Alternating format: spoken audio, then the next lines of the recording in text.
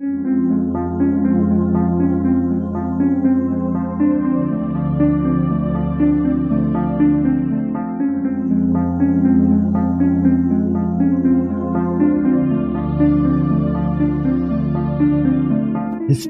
tells the story of the world and of our lives. Sometimes that history goes bump in the night.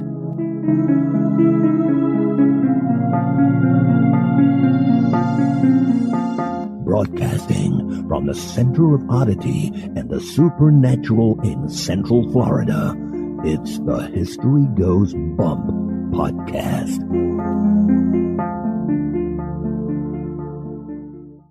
Hello, you spooktacular people. Welcome to this 473rd episode of the History Goes Bump podcast, Ghost Tours for the Theater of the Mind. I'm your host, Diane. And this is Kelly. Kelly, on this episode, we're going to be going to an Air Force base, Wright-Patterson Air Force Base. Lots of hauntings going on here, and there's some UFO history as well. Before we jump into the show, just want to send our thoughts and prayers over to our, basically, family over there on Hillbilly Horror Stories. For those of you that don't know, over this past week, Jerry Pauly's been having some heart issues and was in the hospital, and he even decided to try to join the afterlife for a little bit and coded and had to be brought back with some CPR, but he is recovering. And so we just are putting all of our good thoughts and prayers over in that direction and would love to have you guys join us in doing that. Absolutely. We also want to welcome into the Spooktacular crew, Julie, Haley with an IE, Mindy, Jake, and Steve. Thank you so much for joining our Facebook group. And now this moment in Oddity.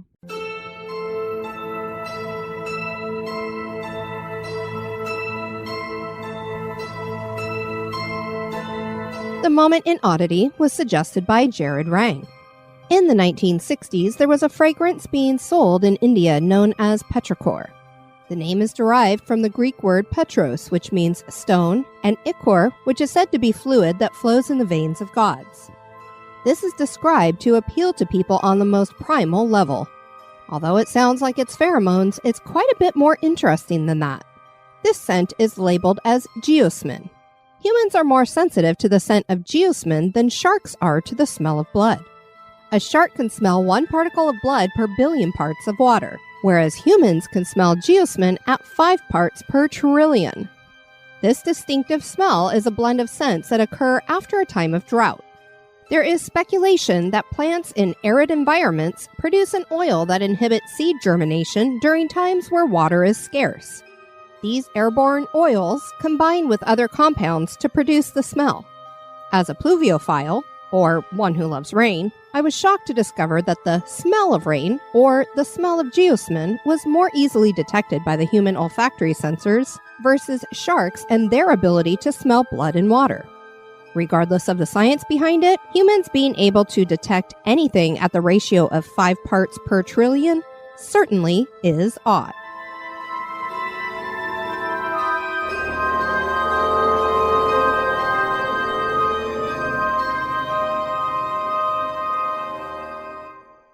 This history podcast is haunted.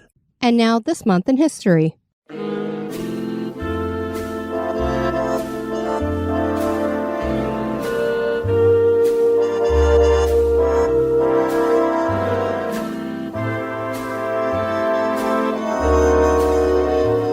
In the month of February, on the 6th, in 1788, Massachusetts became the 6th state to ratify the new U.S. Constitution by a vote of 187 to 168.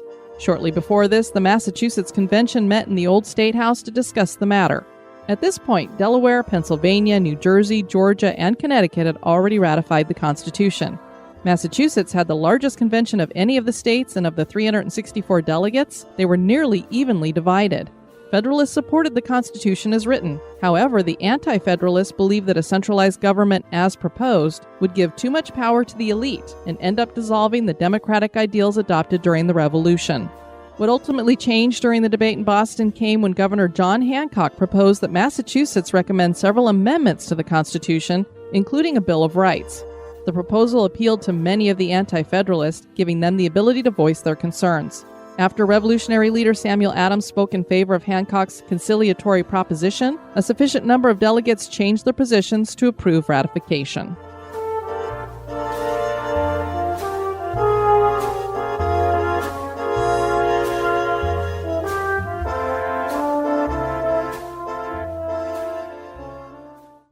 Wright-Patterson Air Force Base is the oldest flying field in the world and is located near Dayton, Ohio. And it's the site where the Wright brothers developed the first practical airplane. This still active base has hundreds of buildings on the property, and a few of them are reputed to be haunted, particularly the United States Air Force Museum. There are also urban legends about UFO, reverse engineering, and hidden alien bodies on the base. Join us as we explore the history and hauntings of Wright-Patterson Air Force Base.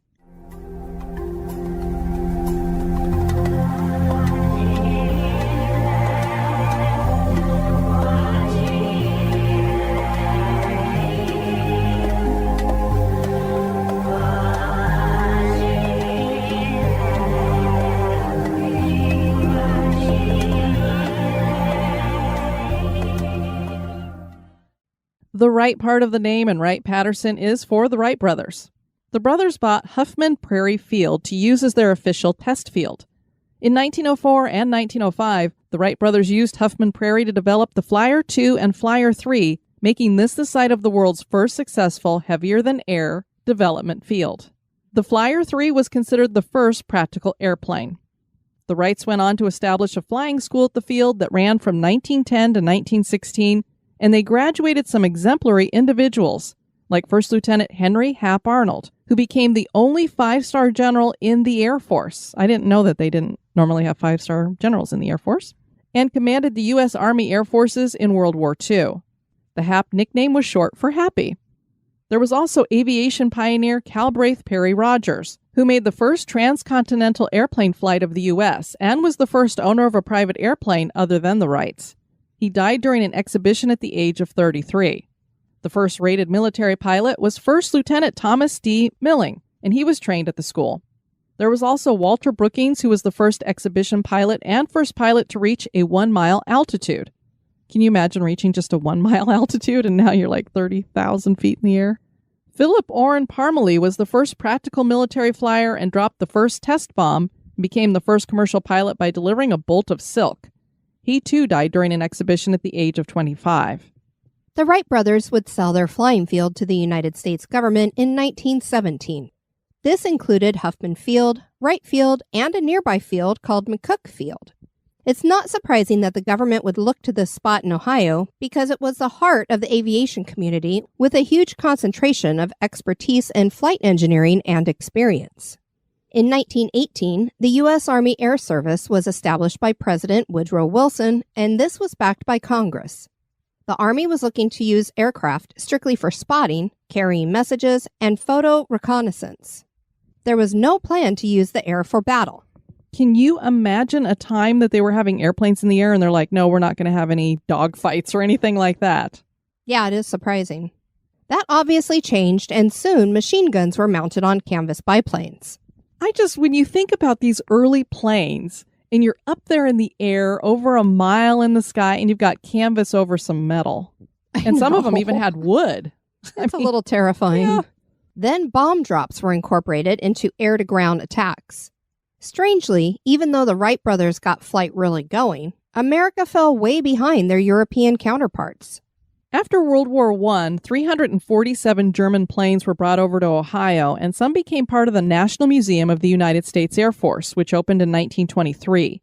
This museum is celebrating 100 years this year in 2023. Pretty cool, huh, Kelly? Very cool. It started simply as a small engineering study collection, but would eventually become the world's largest military aviation museum.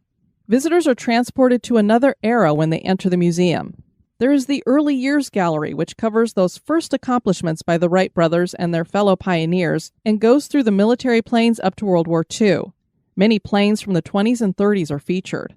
There's the Air Power Gallery with World War II planes and exhibits featuring the story of the Flying Tigers, the story of the Philippine Death March, life in a POW camp, and other artifacts.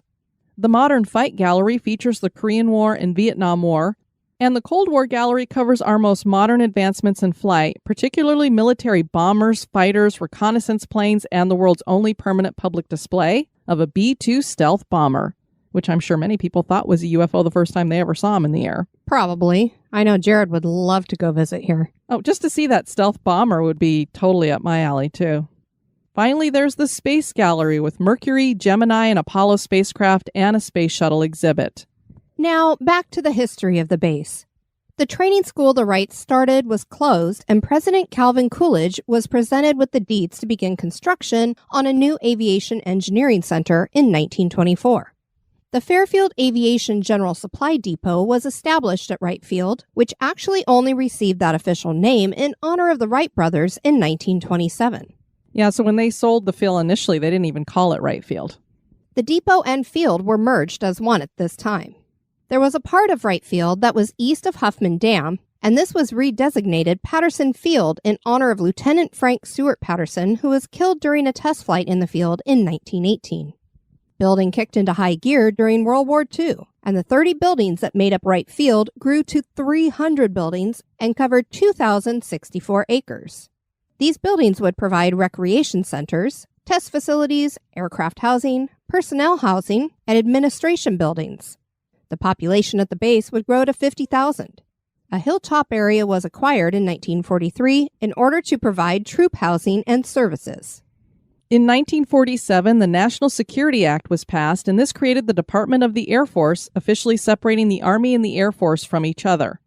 On September 18, 1947, W. Stuart Symington became Secretary of the Air Force, and on September 26, General Carl A. Spaatz became the USAF's first Chief of Staff.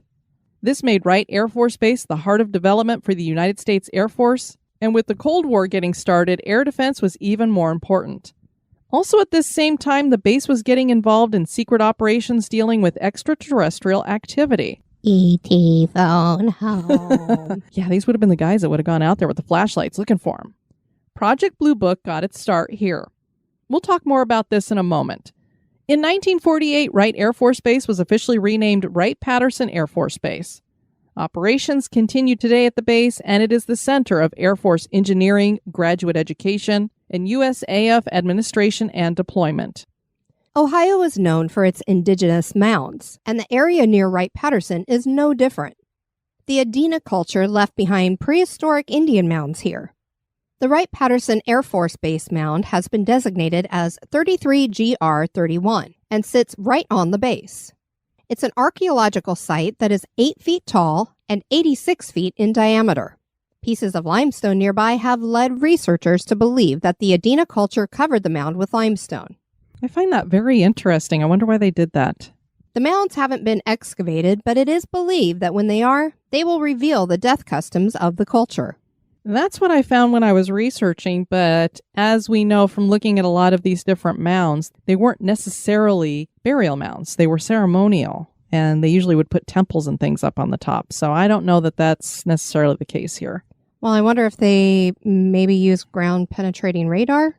Maybe, and could see that there were bones in there, which would be a good indication as to why they haven't excavated, because you don't want to disturb them. To add to the mystical energy of the area, this base is no stranger to UFOs and other strange flying phenomenon. As we mentioned, Project Blue Book was headquartered here. This study into UFO activity began with Project Sign, which became Project Grudge in 1949, and finally Project Blue Book in March of 1952. The records from this project have been declassified and are available to see at the National Archives. They describe the collection in this way.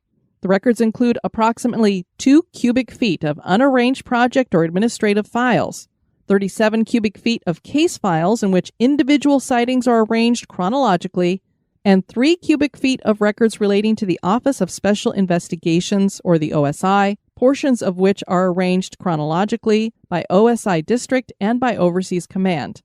A cubic foot of records comprises about 2,000 pages.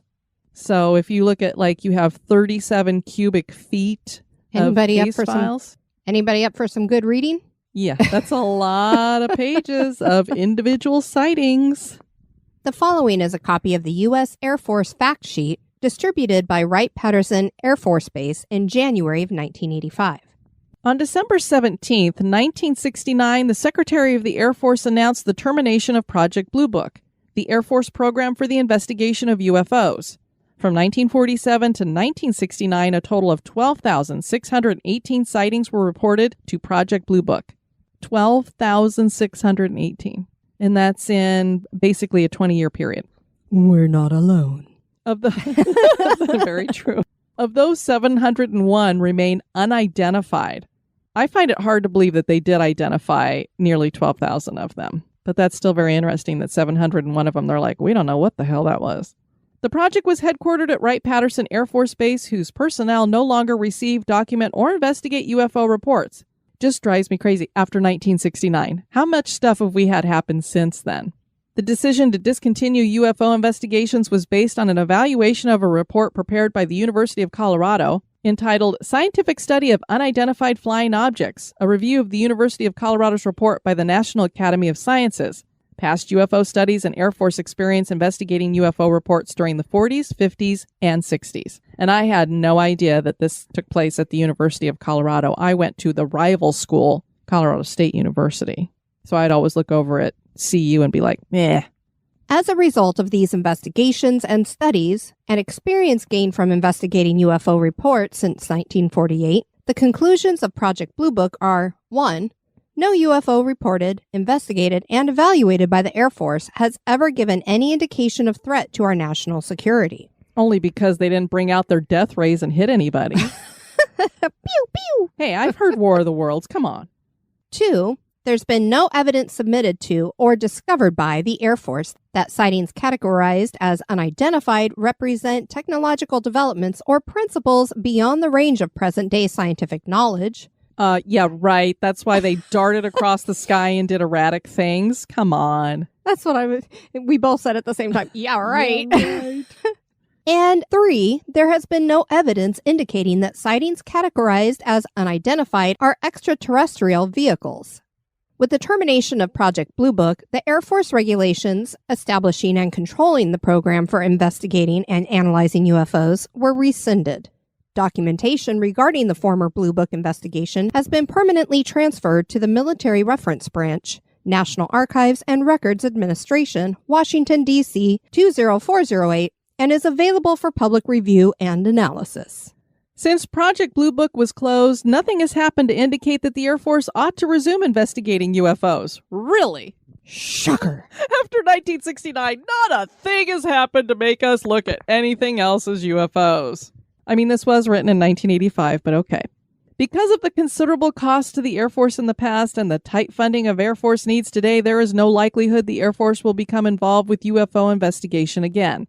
There are a number of universities and professional scientific organizations such as the American Association for the Advancement of Science, which have considered UFO phenomenon during periodic meetings and seminars. In addition, a list of private organizations interested in aerial phenomenon may be found in Gale's Encyclopedia of Association. Such timely review of the situation by private groups ensures that sound evidence will not be overlooked by the scientific community.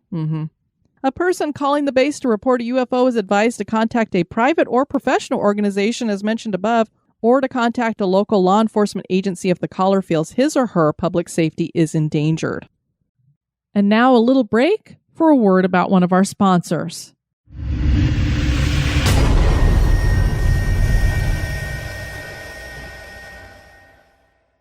Periodically, it is erroneously stated that the remains of extraterrestrial visitors are or have been stored at Wright-Patterson Air Force Base.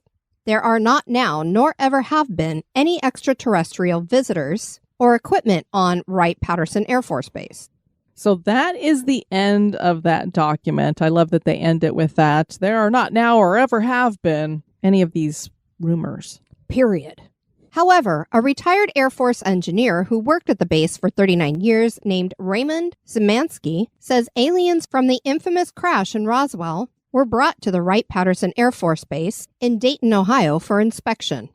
He also claimed that a mentor told him about a system of tunnels that house living and deceased extraterrestrial beings at the base. Rumor claims that Hangar 18 is where all of this material ended up. Another man named Oliver Henderson told his wife that he flew a plane loaded with UFO debris and several small alien bodies from Roswell to Wright Field. And the children of World War II ace Marion Black Mac Magruder said their father told them stories of seeing a live alien at the base in 1947 and that it was a shameful thing that the military destroyed this creature by conducting tests on it. Now, I don't know. Maybe this man, when he got older, was getting a little senile. but it's kind of a weird thing to make up that not only did you see a live alien, but you must have witnessed some tests that were done to it that ended up taking its life. Thou doth protesteth too much. I don't know if any of these people are telling the truth, but there are definitely tunnels at the base because the students there use the tunnels to go to and fro when it's cold out. So there's definitely tunnels. I don't know if there's rooms going off of them that have other little secret rooms where they have alien bodies and such. And now that the Pentagon is admitting that UFOs are a real thing, this letter from 1985 and findings from the project just scream, cover up. In a 1988 interview, Senator Barry Goldwater claimed he had asked General Curtis LeMay for access to a secret UFO room at Wright-Patterson Air Force Base. And an angry LeMay said, "Not only can't you get into it, but don't you ever mention it to me again."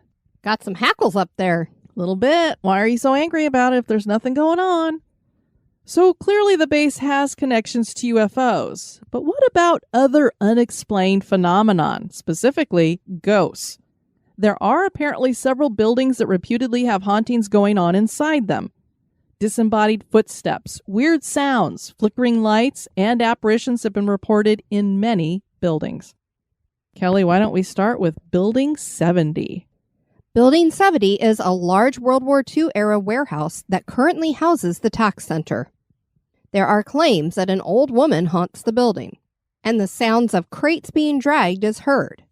Rachel Castle worked as a public affairs specialist in Building 70, and in 2008, she told Stars and Stripes about a harrowing experience she had. A woman was standing behind her office door on a cold December night. She said of the woman, "She reminded me of the way my grandmother would look when she used to go to work. She wasn't fat, not thin, just average weight. She had on a white shirt with a ruffle or bow hanging down the neck, and a blue polyester vest or dress. Nothing strange about that, except that Castle had just locked up for the night and no one else had been in the building." She continued, "She was three-dimensional, but the best way I can describe it was she looked like a mannequin. Almost waxy. It was just so weird. It scared me. I've never seen anyone like that." Castle was in her car getting ready to leave when she saw the woman, and she stared at her for several minutes before driving off. One woman, whom she called Val, had told her she had heard someone call out her full first name, which no one calls her. There was no one near her, and then the printer started and printed out something from a computer in another office that wasn't physically networked into the machine. That's unusual. Just slightly. Then Val walked past the television she had turned off earlier, and it suddenly blinked on. Something was really trying to bother her, and it knew her name was Valerie. These experiences and some of the other ones got the base to call ghost hunters, of all things, back in 2008 to come out and investigate. And as far as I know, they're the only major paranormal investigators that have been out here. On the second night of their investigation, the ghost hunters investigated Building 70. Jason and Grant started an EVP session, and during that, Jason saw a black shadow obscuring a light, and then Grant saw it from a different angle. They also heard disembodied footsteps and some tapping. Jason asked for 2 taps if the spirit wanted them to leave, and there were 2 taps. So Jason honored that, and he and Grant left the warehouse. Now on to Building 219. And this is a former World War II era hospital with a basement morgue and a former pediatric clinic that now houses offices and reputedly has a little boy haunting it. People who have seen him claim that he is blonde and around 10 years old. This is considered the most active building on the property, but the museum probably gives it a good run for its money. Castle had heard from 14 other Air Force and civilian workers who had experienced unexplained activity in the building. A member of the base's Judge Advocate Corps told her that during a meeting of 5 JAG officers in a basement room, the sounds of a loud and disruptive child were heard. There was laughing, running, and playing. This official, of course, thought that there was a real child running around, so he angrily asked one of the JAG officers to go settle the child. The officer looked everywhere for the kid and couldn't find him. He asked a few people if they had seen a child, and nobody had. They hadn't even heard a child. That's interesting because you've got a whole room full of JAG officers who are not going to be wont to hearing things. and they're all hearing this kid running around. So it was multiple people experiencing it. I love when experiences have multiple witnesses, because then it's really hard to put them aside. A janitor had a terrifying experience up on the 3rd floor one night. He was going about his cleaning regimen and had opened all the doors to make access easier for himself. He was emptying trash cans when he heard all the doors slam shut at the same time, which is completely physically impossible. All the windows were closed, so this wasn't some breeze that had blown through and caused the doors to close. And even if there had been a breeze that was blowing through, you'd have to have had the windows in each office open and the wind blowing at just the right angle at the right time for all the doors to close at the same time. This is never going to happen. The janitor ran out of the building, and they had a hard time finding any cleaning staff that would work in the building at night. This incident could have been caused by other spirits in the building. Some people claim to have seen the shadow figures of older people and sometimes even a mist. One of these spirits has been named Henry, after a doctor who's rumored to have committed suicide in the building. I couldn't find any fact behind that for sure. So apparently Building 219 has a little boy that likes to run around, and maybe some other spirits as well. Next, we have the Arnold House, which is the oldest structure on the property and had been a family farm in 1840. This had been owned by Hap Arnold and is today a museum. The faint sound of children laughing is heard here, and disembodied footsteps are heard going up and down the stairs. People claim that there are up to 5 spirits in this house. One of those spirits is thought to be Hap himself. The Ghost Hunters team investigated the Arnold House on the first night of their investigation, and they got spikes on the EMF meters, and they heard strange sounds coming from the bathroom. I mean, they might have had tacos for dinner, but... I was going to make a joke along the same lines. I would have said burritos, however. Yeah, I guess. It just depends. Or whatever. Baked beans. Musical fruit. We're such 13-year-old boys. I know. Certainly don't want those phantom scents coming along. Oh, Lordy. It's a demon. No, it's just the burrito I had for dinner. Oh. This is actually something that has been reported by several people. Jason asked the spirit to communicate by knocking, and he received answers to his questions in this way. It was revealed that there were 5 ghosts in the house. In another room, Jason did the flashlight experiment, and the flashlight did turn on. Kristen and Chris Williams did an EVP session in the dining room, and they caught a little girl's laugh. And then there's the United States Air Force Museum. This really seems to be the most haunted building on the property, and for good reason, because it has so many artifacts and aircraft that saw war and death. One of these was the Hopalong, which was a medevac helicopter, Sikorsky UH-19B, that evacuated troops during the Korean and Vietnam Wars. A pilot was killed at the controls, and his blood Kelly still stains the seat. Wow. Museum staff claim that they see the pilot in the seat, flipping switches and trying to get the helicopter airborne. Wouldn't that be cool if it all of a sudden did go airborne? Not with a roof on the top of the museum. Another plane here is a B-24 Liberator known as the Strawberry... Biatch? Yeah, let's say it that way. Nickname for the girl painted on the side that reputedly didn't have a stitch of clothing on when it served in action. Oh my. They, of course, have painted on some Daisy Dukes and a little shirt for her now. It served with the 512th Bomb Squadron, 376th Bomb Group of the 15th Air Force based in Libya and Italy. No one is sure who haunts this plane. It could be several men, and staff have seen apparitions in the plane as though still carrying out their duties. One janitor even claims that a spirit decked him one night. Wow. I mean, what did you say to him?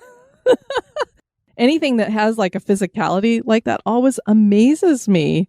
I'm like, did he actually see the spirit and then it punched him, or did he just get punched while he's walking through the hallway or something? I want to know if it was a left hook or right hook.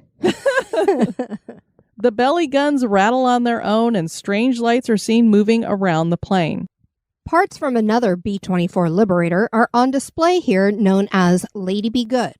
It was stationed at Salak Airstrip on the coast of Libya. During its first bombing mission, in which it was to drop bombs on Naples, Italy, the bomber was forced to turn back due to limited visibility, and some sand also got sucked up into the engine. The navigator was fairly new and not well trained, and the plane became hopelessly lost and crashed in the Libyan desert on April 4th, 1943. The crew initially survived by parachuting out, but died in the desert. That just sucks. I know. You get out of the crash and survive it, and then you just die in the elements.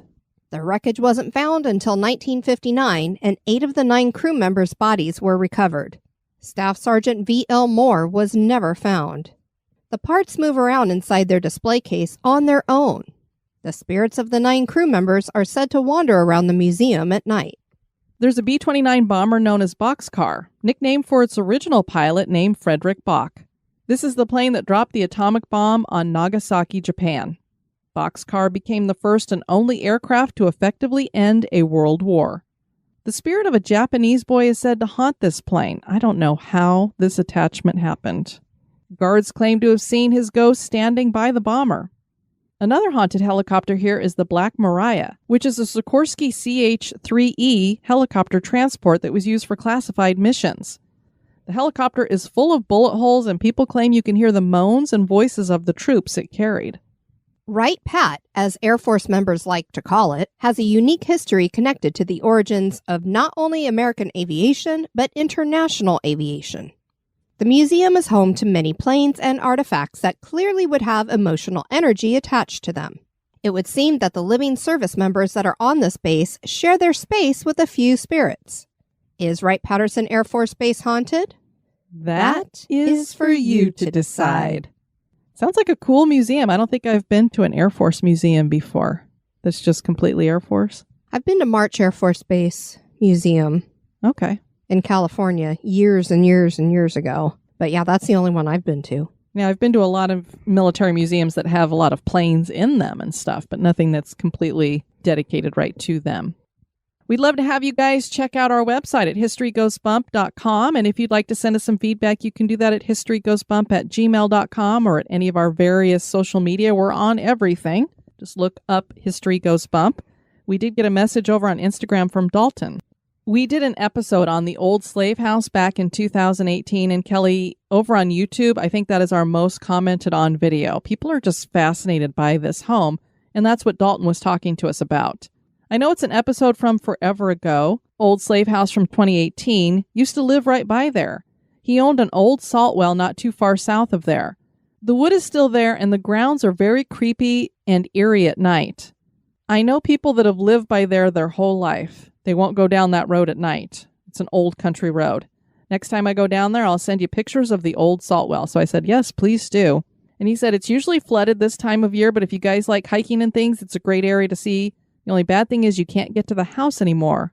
So I guess that you can't tour it anymore or anything like that, which is a bummer because it's got a history that people should definitely know more about. Right. Thanks so much for sharing that, Dalton. And yeah, we're looking forward to seeing some pictures when you get the opportunity. We got a message from Brandy over on Patreon. She just was, saying I started sponsoring you guys last month. And she was just letting us know that she had started listening about a year ago and still has a lot of episodes she needs to catch up on. And she just appreciates how we honor the history of places. She says, of course, I'm here for the ghost stories, but like how you acknowledge information that may just be lore and not fact. We drive with her, craft with her, and wash dishes with her. We do a lot of work. She says any task is more enjoyable when she has us along with her. Well, we love to be taken along for any of the things that you guys are doing. So thanks for sharing that, Brandy. Yeah, thank you so much.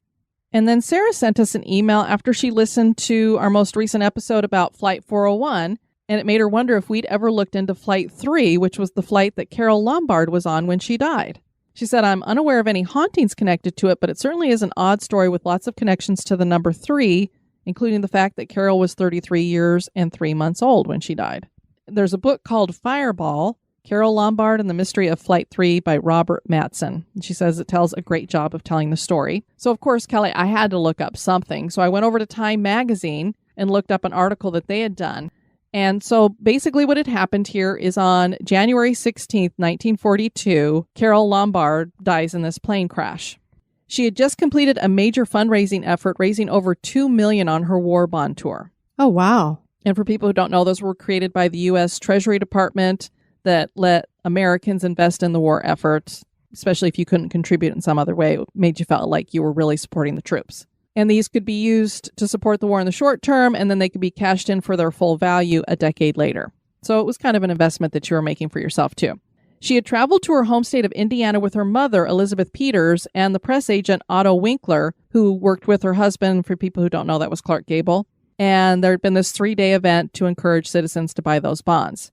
So she was supposed to return back to California that day, and unfortunately, she's on this Flight 3. It crashed into the side of the treacherous Mount Potosi in Nevada. I hope that's how you say it.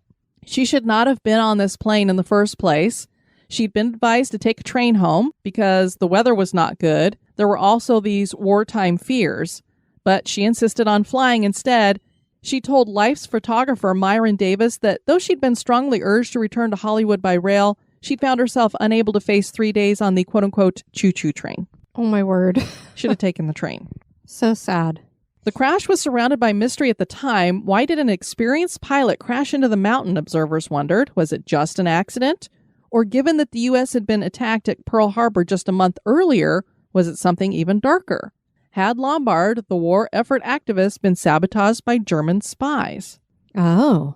Another mystery was why Lombard really decided she had to fly. One theory indicates that her hurry to get home was due to a possible affair between her husband and Lana Turner. Oh, dear. Mm-mm.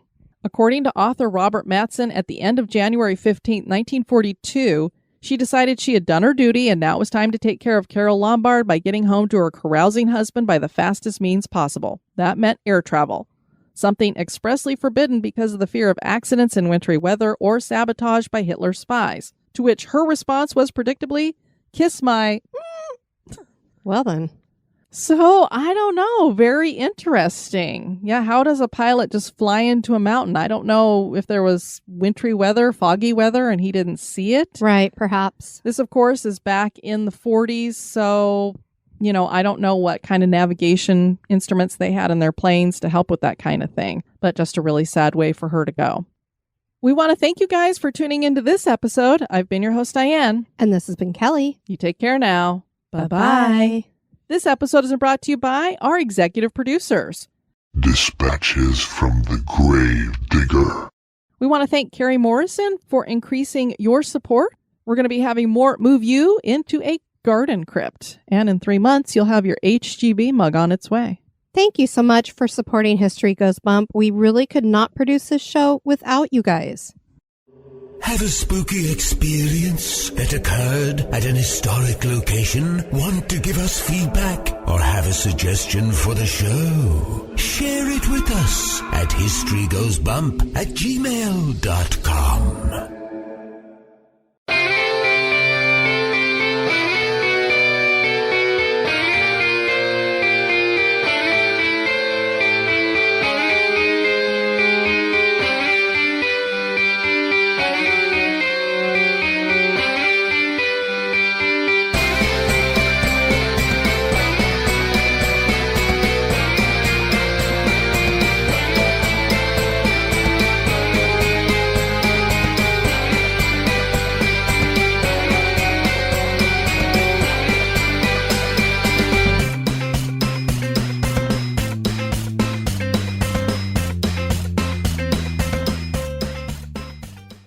Regardless of the science behind it, humans being able to deduct... In